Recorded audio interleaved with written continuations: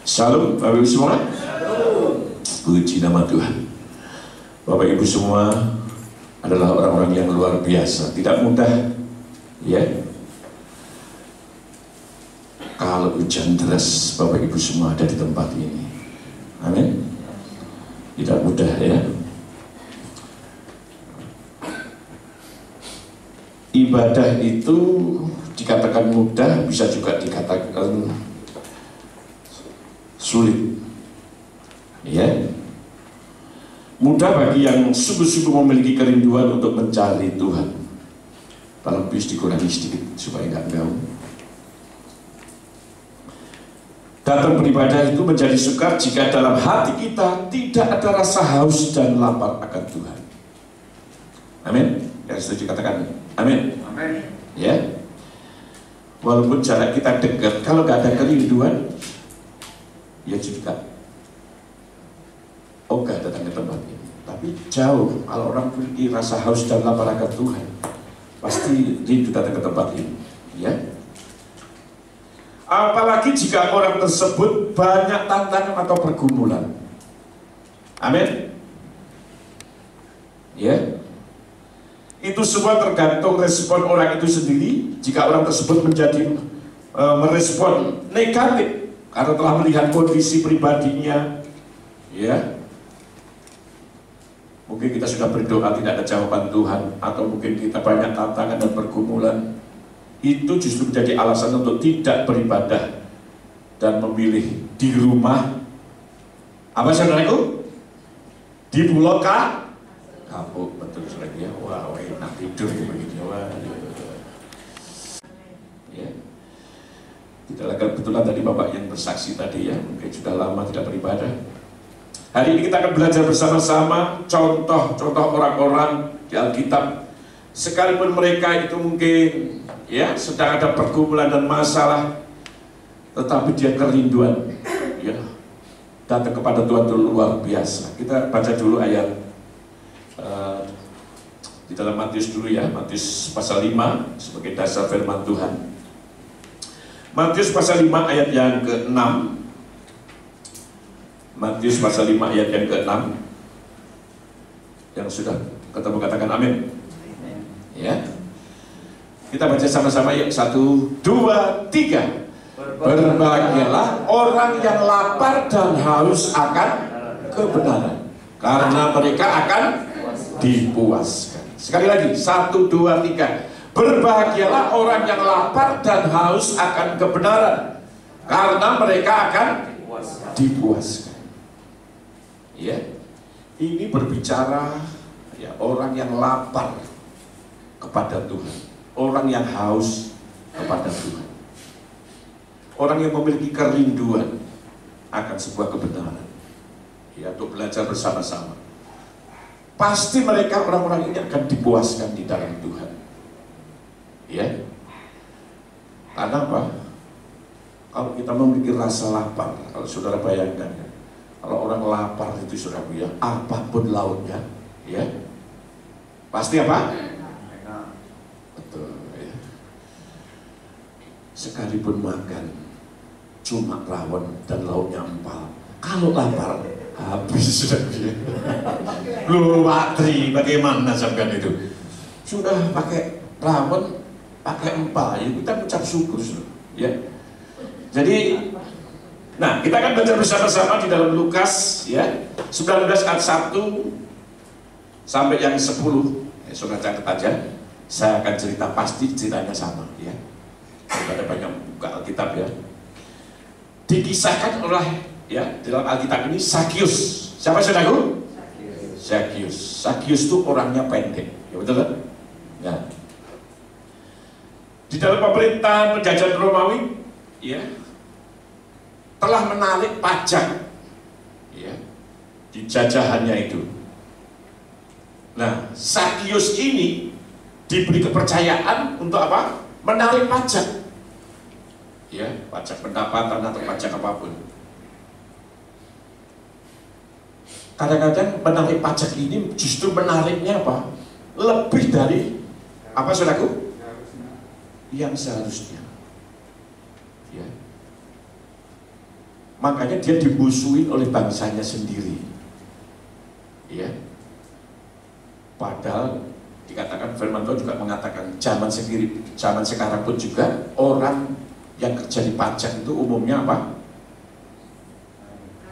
Kaya-kaya, betul. Alkitab juga mencatat Sakyus adalah orang yang kaya. Ya.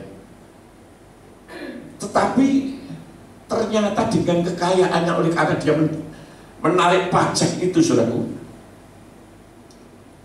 ada kekosongan hatinya, ya, yang tidak bisa mengisi kepuasan nantinya. Orang kalau serakah, semakin serakah, kurang aja. Walaupun dia sudah dapat berkah yang menjadi haknya, dia kurang. Ya. Tetapi ada saatnya ya, orang yang Sakyus ini orang sudah kaya tetapi dibenci masyarakat, ya, oleh karena dia memungut itu. Ya. Kendalanya apa? Sakyus ini, ya, Sakyus dianggap orang berdosa karena memungut pajak berlebihan. Ya, banyak dibenci orang, itu kendalanya. Kita nggak enak ya saudara, kalau banyak dibenci orang, itu betul nggak? Kita ini kebutuhan kita sebagai makhluk sosial itu butuh dikasih dan mengasihi. Ya, itu adalah kebutuhan. Walaupun kita ini kaya kayak apa, kalau tidak punya teman, ya hidup sendiri mungkin oleh apa? Ya berfoya-foya, tetap nggak ada apa, nggak ada kebahagiaan.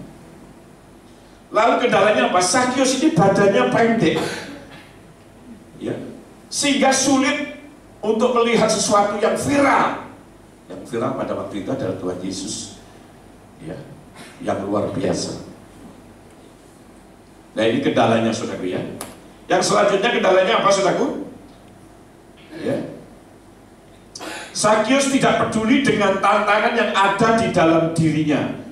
Apa usaha Sakyus untuk dapat mencari dan ingin melihat Yesus? Kita perhatikan di dalam ayat 2b sampai 3a, ya. Di dalam Lukas berapa tadi? 19, ya. Ayat 1 ya, Lukas 19. Di situ ada seorang yang bernama Sakyus, kepala pemungut cukai, dan dia seorang yang kaya. Ayat 3b, ya. Ia berusaha untuk melihat orang apakah Yesus itu. Ya, karena Yesus telah menyembuhkan banyak orang, orang lumpuh berjalan, orang buta melihat, ya, orang yang dirasuk setan dilepaskan. Tetapi ia tidak berhasil karena orang banyak. Sebab badannya apa? Pendek. Nah itu kendalanya. Tapi dia tidak peduli. Ya.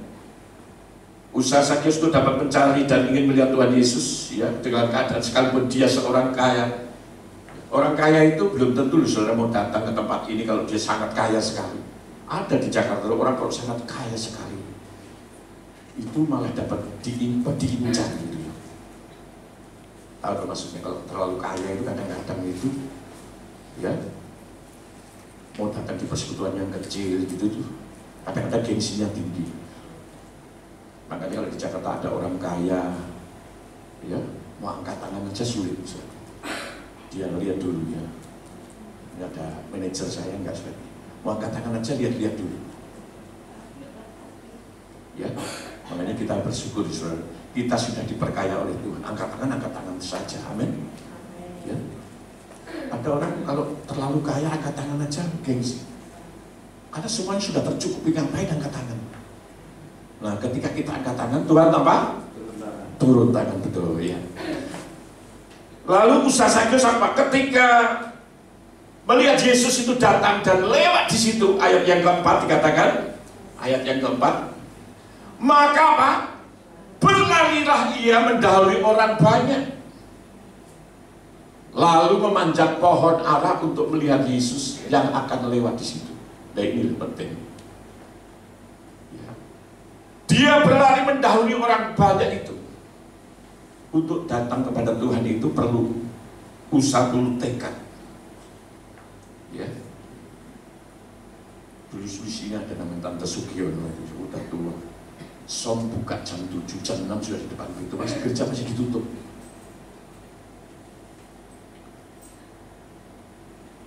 Orang datang, ada Pak, dia memiliki rasa haus, sebentar lagi dia akan finish karena usia sudah sepuh. Dia mendahului orang banyak. Lalu apa? Memanjat pohon. Dia sudah punya ide, kan tidak bisa melihat bagaimana supaya bisa melihat, dia naik ke pohon. Ya. Bukan untuk mencari maga, tetapi ingin apa? Melihat Yesus. Nah, kalau ada orang usaha untuk datang kepada Tuhan, pasti Tuhan juga merespon. Amin. Kalau saudara dari rumah sudah siap, haus dan lapar akan Tuhan, Tuhan juga akan melihat respon saudara. Ya, apa respon Tuhan Yesus? Apa ya yang Tuhan Yesus hargai dari usaha Sakyus ingin mencari dan melihatnya? Di dalam ayat 5a, ya, coba 5a. Ketika Yesus sampai di tempat itu, ia melihat ke atas. Melihat siapa saudaraku? Sakyus. Ya. Dan berkata, Sakyus, segeralah turun. Ya, segeralah turun. Wah, kira-kira senang nggak saudaraku? Sakyus senang saudaraku. Bisa melihat aja senang, apalagi disuruh turun, mungkin hanya diajak sekedar apa? Ngobrol. Tapi bukan sekedar itu. Sebab hari ini aku akan menumpang di rumahmu. Ya. Di dalam kitab Yesaya 55 ayat 6 mengatakan, carilah Tuhan selama ia berkenan ditemui. Berserulah kepadanya selama ia dekat. Ya, makanya Tuhan menemui Sakyus dan bahkan tinggal dan masuk di rumahnya. Nah, itulah saudaraku ya. Kalau kita ada usaha untuk datang kepada Tuhan di doa malam ini, pasti ada saatnya Tuhan akan melihat saudara, melihat kerinduan. Walaupun mungkin doa-doa kita belum dijawab, tapi ada saatnya, percayalah. Amin. Tantangan kita banyak, ya. Masalah ekonomi, pekerjaan dan keluarga dan lain-lain. Tapi yang penting itu damai sejahtera dulu. Amin. Orang kalau sudah damai sejahtera, apapun situasi itu tidak menjadi takut. Sekalipun mungkin diizinkan ditolbat tinggal kartu nama, tidak apa-apa. Yang penting damai sejahtera dulu. Lupa, dan kartu nama doang untuk apa? Loh, ada saatnya saudaraku ya. Carilah Tuhan, maka semuanya akan ditambahkan. Nah itu belum selesai saudaraku, bukan soal kartu nama aja, ya. Apa yang didapat Sakyus dari usahanya mencari Tuhan? Ya. Lalu ayat 6, coba ayat 6 dikatakan, ayat 6. Ayat 6. Lalu Sakyus segera turun dan menerima Yesus dengan apa? Sukacita. Ya, kalau dilawan Tuhan itu sukacita. Kalau orang sudah dilawan Tuhan itu mukanya beda. Iya. Banyak orang sekarang melihat saya ini sukacitanya penuh. Amin. Bukan karena apa-apa, jangan berpikiran yang lain-lain. Semua karena Yesus. Amin. Amin. Ya. Semuanya karena Tuhan. Dulu saya fokus masalah, sekarang saya fokusnya kepada Tuhan. Ya, kan? Kalau masalah, kata Pak Gembala, masalah bukan untuk dipikirin, untuk didoakan. Kalau dipikirin, uban, rambut jadi apa cepat ubanan, betul kan? Kepala makin botak. Serius saudara ya, mohon maaf saudara ya. Saya kadang-kadang kalau ngaca tuh ternyata belakang saya sudah botak saudara. Profesor. Iya. Kan orang bilang kalau botaknya di depan itu katanya pintar. Ya. Kalau di belakang katanya itu profesor. Kalau kumpul semua dikira profesor. Ya, jadi, nah apa yang didapat?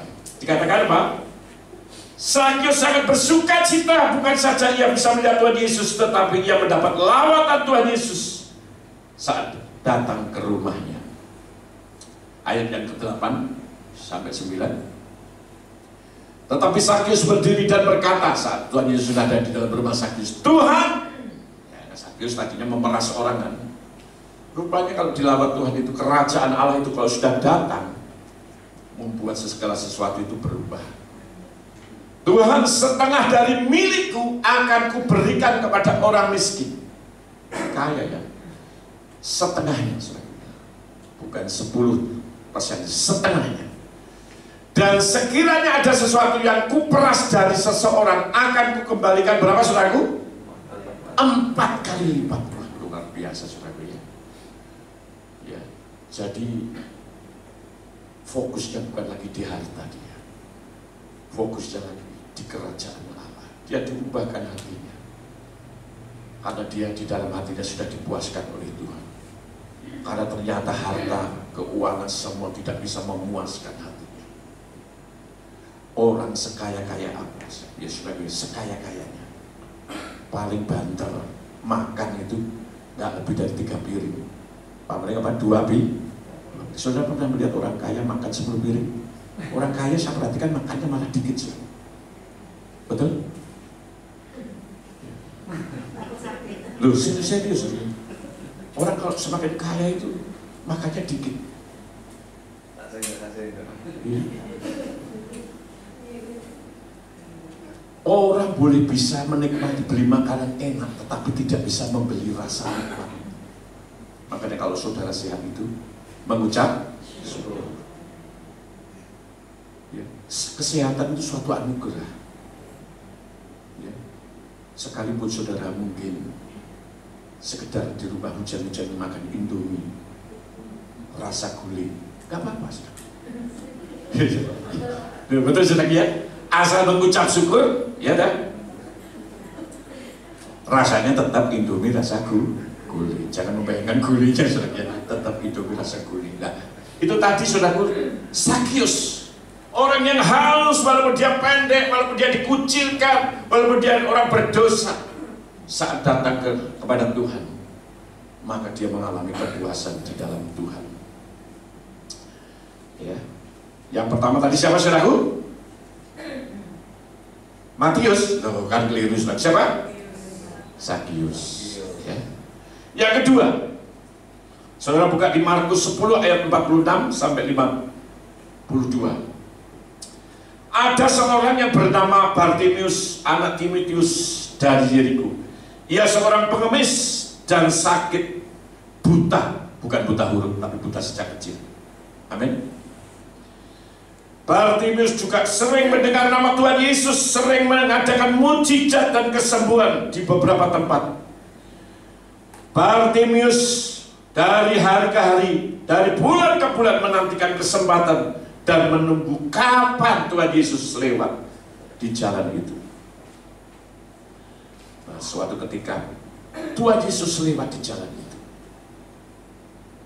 Tapi Bartimius sebagai manusia juga punya kendala dan tantangan. Bartimius itu sakit buta. Buta beneran, bukan ya buta huruf ya. Sejak kecil, sehingga ia tidak bisa melihat. Ya, saya pernah saksikan kan, saya pernah keracunan obat batu, saya mengalami kebutaan. Tetangga saya ada pernikahan, saya paling senang musik, hanya mendengar suara gak enak, saudara.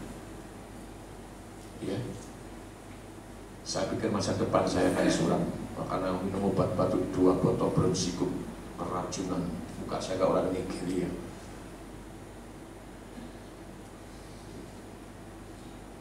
Waktu itu agama saya masih seberang, tapi justru lewat itulah Tuhan tolong akhirnya saya bisa melihat lagi, bisa melihat warna putih, bisa melihat warna ungu. Ya. Apa kendalanya lagi? Bartimius seorang pengemis. Kenapa dia mengemis? Karena dia memang miskin. Saudara pernah lihat orang yang ngemis misalnya, Pak, tolong Pak, beri saya 10 juta Pak untuk cicilan rumah. Saudara pernah lihat itu? Enggak ada saudara. Orang pengemis itu karena memang dia nggak punya apa-apa. Atau saudara pernah lihat orang pakai jas, ya, di perempatan pakai jas. Wah, kasihan di salah Pak. Walaupun saya pakai jas dan berdasi, saya nggak punya uang Pak. Kasihanilah saya Pak. Saya butuh apartemen Pak. Dalam hatinya yang super gede. Gua juga ngontrak, lu bikin beli apartemen, pasti gitu kan? Ya kan? Nah, itu kendala yang dihadapi oleh Bartimeus. Dia seorang pengemis sehingga hidupnya berharap dan belas kasihan orang yang memberinya. Dalam ayat 46b dikatakan, coba Markus 10 ayat 46b, ya, dikatakan, lalu tibalah Yesus dan murid-muridnya di Yeriko, dan ketika Yesus keluar dari Yeriko bersama-sama dengan murid-muridnya dan orang banyak berbondong-bondong, ada seorang pengemis yang buta bernama Bartimeus, anak Timeus, duduk di pinggir jalan. Jadi seorang pengemis itu nggak mungkin duduk di kafe, ya, di Starbucks, nggak mungkin. Duduk di pinggir jalan. Ya. Kalau yang di Starbucks itu kongko-kongko para pengusaha, ya. Apa usaha Bartimeus ketika Tuhan Yesus lewat di jalan itu? Nah, ini penting saudara yang kita pelajari. Bartimeus mulai berseru memanggil nama Yesus dan mohon belas kasihan. Nah, kita perlu datang ke tempat ini yang sedang bergumul masalah apapun, perlu berseru kepada Tuhan, mohon belas kasihan. Belas kasihan itu penting saudara. Ya. Dan itu harus memiliki kerendahan hati. Jangan saudara bertentang dan Tuhan kasihanilah saya dong Tuhan. Tahu nggak? Tabungan saya tinggal 10 juta Tuhan, itu sombong saudara. Ya. Tuhan kasihanilah. Kalau perlu dengan hancur hati, tapi tulus, jangan pura-pura. Ya. Tuhan, kami mohon belas kasih. Ya, coba kita lihat di dalam ayat 48. Ayat 48. Banyak orang menegur supaya ia diam. Namun semakin keras ia berseru, Anak Daud, kasihanilah aku. Kita perlu belas kasihan Tuhan, minta dikasihani Tuhan. Karena hanya belas kasihanlah Tuhanlah yang membuat kita ini mendapat pertolongan. Ya. Nah, celakanya kita ini sudah mengalami banyak pergumulan, sudah banyak mengalami kesusahan. Kita tidak pernah minta belas kasihan Tuhan. Kita diam di rumah, doa juga enggak. Ya. Kita minta belas kasihan Tuhan. Lalu apa usaha Bartimeus? Bartimeus sekalipun ada tantangan dan ditegur oleh para muridnya karena dia berseru, berteriak-teriak keras. Apa dia terus menyerah? Coba perhatikan ayat yang ke-48b. Tadi ya dikatakan 48b. Namun semakin keras ia berseru, Anak Daud, kasihanilah aku. Pernah nggak saudara waktu datang ke ngapain sih lu?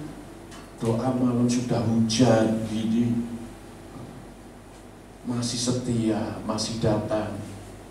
Ngapain sih lu? Doa-doa belum dijawab Tuhan. Terus saudara lemes, iya ya, ngapain ya? Yes, kita rame-rame tidur di rumah masing-masing. Nah, itu artinya saudara tidak berusaha dengan keras. Nah, Bartimeus tidak seperti itu. Ditegur oleh murid-muridnya, dia semakin berseru, semakin keras. Anak Daud, kasihanilah aku. Ya, orang yang membutuhkan kesembuhan apapun. Ya, ini kemarin saya saksikan. Dulu saya sempat berpikir, mohon maaf, saya kalau nyebut salah ya kalau.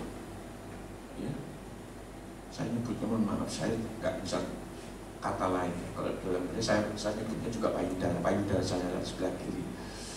Gitu. Sempat senggol-senggol. Ya, waduh, saya sempat berpikir berpikir, sempat terlintas tapi saya tolak. Lah itu sudah pentingnya. Pikiran itu medan pertempuran. Karena kakak saya itu kena kanker payudara, sudah. Seminggu sudah, waduh. Kan saya saksikan gejalanya demam, pusing, ya. Terus rasanya yang gejala ini mirip orang nggak punya duit. Loh, betul. Waduh, dalam nama Yesus, segala tumor, kanker, kantong, abu patahkan, cabut dalam nama Yesus. Pergi. Ya, karena saya punya pengalaman sakit tumor di sini, waduh biayanya gede sudah. Saya nggak mau terulang lagi. Ya. Walaupun lewat jemaat sudah memberkati, saya suruh pilih sehat, betul nggak saudara? Sehat itu penting, saudara. Saudara mau, walaupun ada yang bayarin saudara sakit tapi sampai melewati kritis, mau? Nggak mau, saudara. Iya, tertolong kalau nggak bablas ya kan? Iya, selamat datang di situ. Makanya sudah lebih sehat itu lebih utama, ya. Lalu apa respon Tuhan Yesus atas seruan Bartimeus? Nah ini ada usaha Bartimeus berseru, maka ada respon daripada Tuhan. Ya, di dalam ayat 49 ada saatnya ya Tuhan meresponi setiap usaha manusia. Lalu Yesus berhenti dan berkata, panggillah dia. Mereka memanggil orang buta itu dan berkata kepadanya, kuatkan hatimu, berdirilah, ia memanggil engkau. Ya, ada saatnya saat kita berseru, Tuhan mendengar doa kita. Amin. Ya. Kan buahnya itu semuanya dari agama yang lain itu teriak-teriak juga pagi-pagi sudah dia manggil-manggil, saat dia berseru, ada yang agama yang lain belum agama kerja semua berseru. Tapi ada saatnya Tuhan hanya mendengar doanya Bu Susi, doanya Bu Mary, Pak Yudi. Makanya kita ini sudah dipenuhi dengan Roh Kudus. Oh, berglosolali pakai bahasa roh. Karena bahasa roh berbahasa rahasia. Keluarnya mungkin masing-masing berbeda. Pak Yudi berbahasa roh, oh anakku Yudiaku perlu berkat. Ya, yang lain juga mungkin. Pius berglosolali di kamarnya. Oh dia perlu jodoh.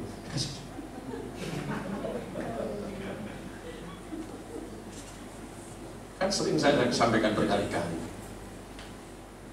Anehnya bahasa bayi itu di seluruh dunia itu selalu alun nangis, owe, owe, owe. Saudara pernah dengar kalau bayi India nangis, nehi, nehi, nehi, enggak tetap owe. Yang bayi dari sana cungkok, nggak mungkin. Wah puceto, nggak mungkin. Tetap oe-nya masing-masing itu Tuhan tahu. Oh yang satu minta susu, yang satu pokoknya basah. Amin. Nah itu saudara. Ada saatnya Tuhan berhenti mendengarkan air mata kita. Ya. Lalu apa akhirnya saudara ya? Lalu Tuhan Yesus meluluskan atau menjawab apa yang menjadi permintaan Bartimeus yang ingin melihat. Maka ketika Tuhan menyuruhnya pergi karena imannya lemah. Ayat selanjutnya, ayat yang ke-50 coba. Lalu ia menanggalkan jubahnya, ia segera berdiri dan pergi mendapatkan Yesus. Nah ini menanggalkan jubah itu berbicara menanggalkan jubah yang lama. Ayat 51. Tanya Yesus kepadanya, apa yang kau kehendaki supaya aku perbuat bagimu? Jawab orang buta itu, Rabuni, supaya aku dapat apa? Kira-kira Bartimeus kalau seorang pengemis bisa nggak melihat Tuhan? Aku hidup ini cuma sekali Tuhan. Buatlah aku menjadi kaya. Jadikan mangkokku menjadi mangkok ajaib. Ya. Ketika orang memberi, waktu ngasih dirham kelinding, yang jatuh memang satu, tetapi sampai di mangkokku menjadi 10 dirham. Bisa nggak? Bisa. Mangkok ajaib itu. Coba Bapak Ibu semua kalau ditemui Tuhan Yesus di kamar. Shalom Pak Iskut. Minta apa Pak Iskut? Pak Iskut bingung situ. Apa ya Tuhan? Sebentar Tuhan, saya minta waktu 3 hari. Kan keburu pergi Tuhan Yesus. Kira-kira minta apa Saudara? Ketemu Pak Yudi.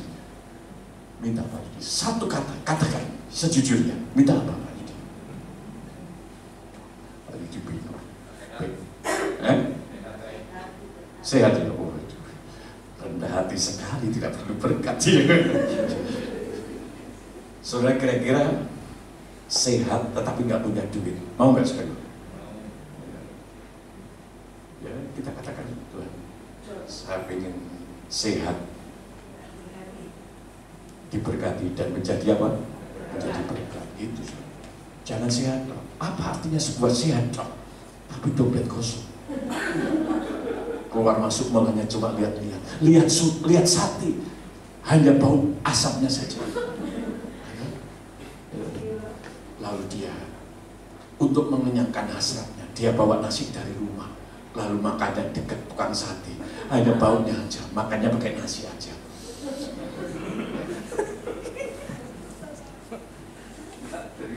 Ya. Jadi kita juga nggak apa-apa, sudah aku minta apa? Sehat dan diberkati Tuhan untuk menjadi berkat. Nggak salah, saudara. Amin. Tapi memang sehat itu sangat kebutuhan utama. Ya. Nah, ayat yang ke Rabu ini supaya aku dapat melihat. Dengan melihat, Bartimius tahu siapa yang menolong. Dengan melihat, dia dapat bekerja, tidak lagi menjadi seorang pengemis. Dengan melihat, dia bisa datang ke bait Allah. Ayat 52. Lalu kata Yesus kepada dia, pergilah, imanmu telah menyelamatkan engkau. Pada saat itu juga melihatlah ia, lalu mengikut apa? Yesus. Satu hal saudara, kalau sudah ditolong Tuhan, jangan lupa tetap ikut Tuhan. Kalau dulu ada pergumulan dan masalah, rajin doa malam. Setelah ditolong Tuhan, lebih rajin. Jangan terus sudah ditolong lupa. Waduh, itu kelebihan manusia ya, sebenarnya bukan kekurangan. Ya. Bartimius setelah ditolong Tuhan, ia mengikut Yesus dalam perjalanannya. Dia ingin bertumbuh, ya. Dia ingin lebih dekat lagi, semakin mengasihi Tuhan. Yang terakhir, saudara nggak dengar yang terakhir? Itu adalah kabar gembira, saudara. Kita lihat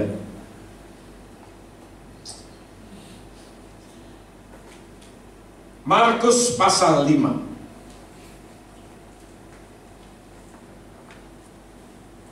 Ayat yang ke-25 sampai ke 34, saya ceritain aja. Percayalah, ceritanya sama. Dikisahkan ada seorang perempuan yang sudah 12 tahun sakit pendarahan, yang telah banyak menghabiskan biaya untuk berobat ke beberapa tabib. Tetapi ia tidak memperoleh kesembuhan, malah penyakitnya tidak semakin baik, ya, tapi semakin parah. Nah, perempuan ini juga mendengar tentang nama Yesus. Ya. Tantangan apa yang dihadapi perempuan itu? Ayat yang ke-27b, tolong dibuka ayat 27b. Ya, saya bacakan ayat 27 dari awal. Dia sudah mendengar berita-berita tentang Yesus. Saudara pernah dengar nama Yesus? Mari kita belajar ini. Kita juga sering mendengar nama Yesus. Maka di tengah-tengah orang banyak itu mendekati Yesus dari belakang dan menjamah apa? Jubahnya. Ya. Tantangannya apa? Perempuan itu mau ketemu Yesus, tetapi banyak orang yang mengerumuni atau mengelilingi Tuhan Yesus. Orang yang datang kepada Tuhan selalu ada tantangan, seperti Bartimius, Sakius, tadi banyak orang. Termasuk wanita pendarahan ini. Ingin ketemu Tuhan Yesus, banyak orang yang mengerumuni. Tantangannya apa? Perempuan ini sakit sudah pendarahan 12 tahun. Pasti kondisinya lemah. Ya, saya sering mendengar wanita itu kalau sudah ya kumat ini, ya, pendarahan gitu, kata-kata lemas, terus emosi. Ya, ada yang begitu, ada yang enggak. Yang emosi itu kalau kadang-kadang udah marah ini, kesinggung sedikit, banting-banting, piring semuanya. Kalau yang dibanting piring plastik, gelas plastik murah, sudah nggak percaya. Jangan banting-banting yang mahal-mahal, saudara. Yang mahal-mahal, apalagi masih kredit, jangan, saudara. Ya. Rupanya kondisinya sudah semakin lemah. Ayat ke-26 dikatakan apa? Ayat 26. Ia telah berulang-ulang diobati di berbagai tabib sehingga telah menghabiskan semua yang ada padanya. Tabungannya habis untuk biaya ke tabib atau ke dokter atau ke rumah sakit. Namun sama sekali tidak ada faedahnya. Malah sebaliknya keadaannya semakin apa? Memburuk. Orang kalau sakit itu saudara, imannya juga ikut drop. Tubuhnya sakit, imannya drop. Makanya kalau saya melayani orang sakit, yang saya bangkitkan imannya. Ya, imannya itu dibangkitkan karena lewat firman, lewat dibangkitkan. Nah, kalau imannya sudah dia naik, kalau kita datang kepada Tuhan mau belas kasihan, bertemu dengan belas kasihan Tuhan dan imannya, yang menyembuhkan bukan saya, tapi Tuhan sendiri sama iman orang itu. Ya. Seperti yang pernah saya saksikan, saudara, ya. Waktu saya menghindari orang yang naik motor yang ketabrak itu, saudara. Wah, yang nangis-nangis. Wah, tatoan di rumah sakit Sumber Waras. Saya bilang, Pak, tidaklah kebetulan kita ketemu di tempat ini. Percaya Tuhan Yesus, Pak. Ya. Karena saya juga nggak punya uang, kalau operasi 30 juta, saudara. Waduh, kan. Makanya ada istilah, jangan kamu sakit kalau tidak punya duit. Sekarang ada BPJS, dulu nggak ada, saudara. Ya. Saya yang di rumah sakit itu, karena saya menghindari. Saya serem ke kiri, dia dari sana serem ke kanan, kan ketemu. Seharusnya kan dia di sebelah kiri, saya serem ke kanan, dia serem ke kiri. Ya, terus saya lagi serem ke kiri, dia ke kanan, masuk selokan, wah, berdarah, matanya mendelik, mendelik, bahasa Ibrani itu sudah ya, jadi kelihatan putihnya doang. Langsung si Mustafa. Saya bisa aja meninggalkan itu, tapi masa sudah kumpul. Bapak harus bertanggung jawab. Saya ini menghindar, saya jalan saya di kiri, Bapak itu jalan kanan. Ternyata orang ini mabuk, saudara. Dia minum-minuman, waduh. Jadi kayak naik motor tuh kayak di atas awan itu. Wah. Dia pikir dia punya dia jalannya. Wah, kayaknya blubuk masuk selokan. Wah, digotong orang. Masuk di klinik, bawa di klinik di Puri Kembangan, ditolak di sana. Pak, ini harus dibawa ke Sumber Waras. Waduh, mohon maaf ya. Kalau Bapak tadi dari Papua, ini kebetulan juga itu Pak. Dari Ambon, wadahnya gede. Tatonya itu bukan, maaf, tatonya orang sangat kok preman begini. Tatonya bukan gambar aqua, bukan. Naga. Kalau aku bisa dapat gambar preman, gambarnya Garpu sama Sido itu bukan preman, suka makan itu. Wah, saya didatengin teman-temannya itu sudah, waduh, keder juga. Terus saya bilang, saya bantu.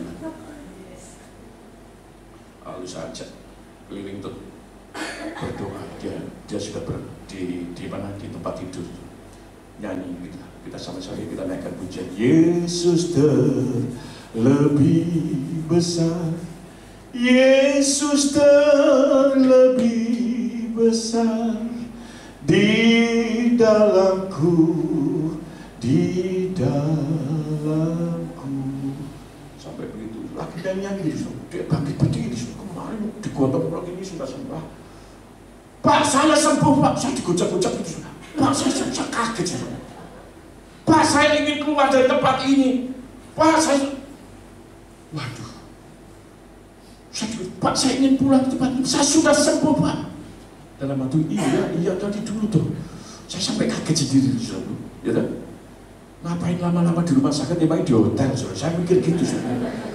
Nah itu, kalau sudah ditolong Tuhan, kadang-kadang kita sendiri yang berdoa, mendoakan itu juga heran, saudara. Betul nggak? Itu karena karya Tuhan, tidak ada kontribusi dari saya dan sebagai hamba yang mendoakan. Semuanya karena belas kasih Tuhan. Amin. Ya, hanya belas kasih Tuhan. Akhirnya tuh, apa yang saya takutkan itu tidak terjadi. Saya membayangkan tadinya, oh kalau meninggal bagaimana? Oh kalau operasi 30 juta bagaimana?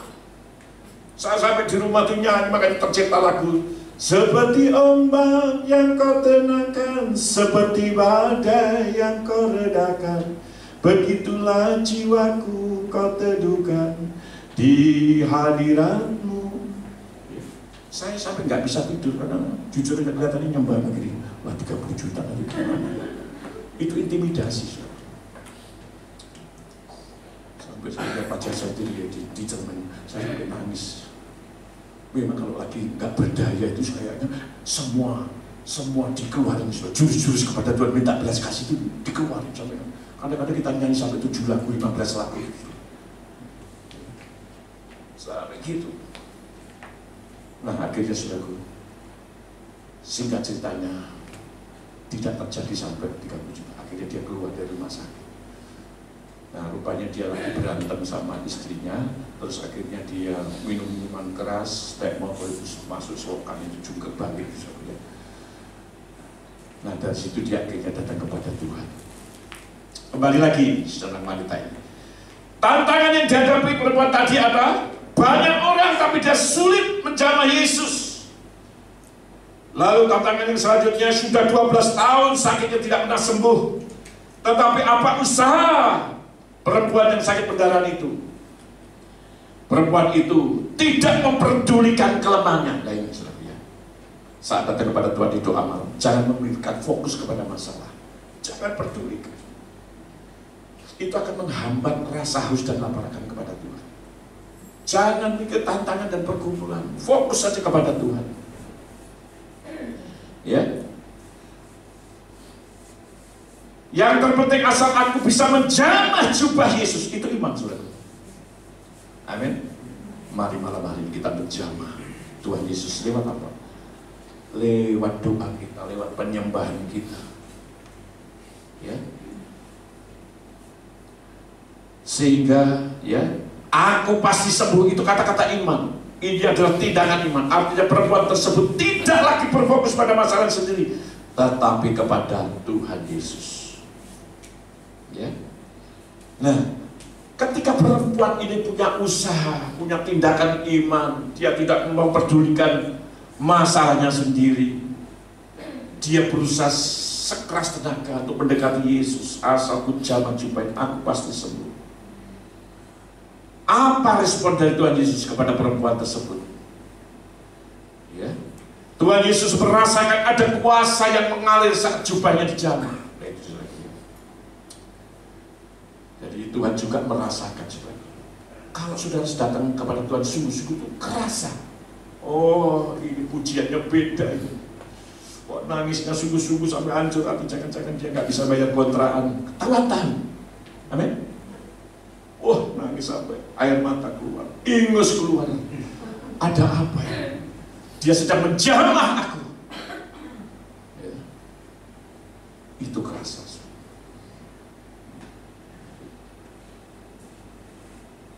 Apa yang didapat dari perempuan itu, dari jamahannya kepada Tuhan? Maka perempuan itu menjadi sembuh dan sakit pendarahannya selama 12 tahun dibebaskan. Amin, saudara. Ya. Maka karena imannya kepada Yesus, mengatakan perempuan itu diselamatkan. Bukan saja disembuhkan, ada jaminan keselamatan. Biarlah malam hari bisa tidak tahu apa menjadi pergumulan kita. milikilah rasa haus lapar seperti Zakius. Walaupun dia pendek, walaupun dia orang berdosa, dia tidak ragu-ragu datang kepada Tuhan. Dia berusaha untuk melihat Yesus. Seperti Bartimius, walaupun dia kendalanya, dia buta, dia miskin. Saat lawatan Yesus datang, dia berseru, walaupun banyak tantangan dan pergumulan. Dia semakin ditegur oleh murid-murid, dia semakin berseru. Yang selanjutnya, wanita pendaran, sekalipun dia lemah, sudah habis dengan banyak, ya, untuk berubah, tetapi dia berusaha menjamah Yesus, jumpa Yesus, maka ada kuasa yang mengalir. Amin. Ayo saya undang pemain musik, kita naikkan.